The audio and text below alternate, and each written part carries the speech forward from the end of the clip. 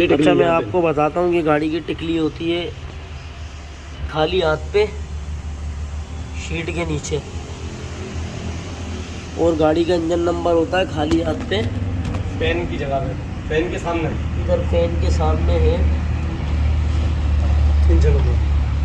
इसका engine number ये रहा, इसके ब्लॉक के ऊपर सीधे हाथ पे जो खाली हाथ होता है ना उधर।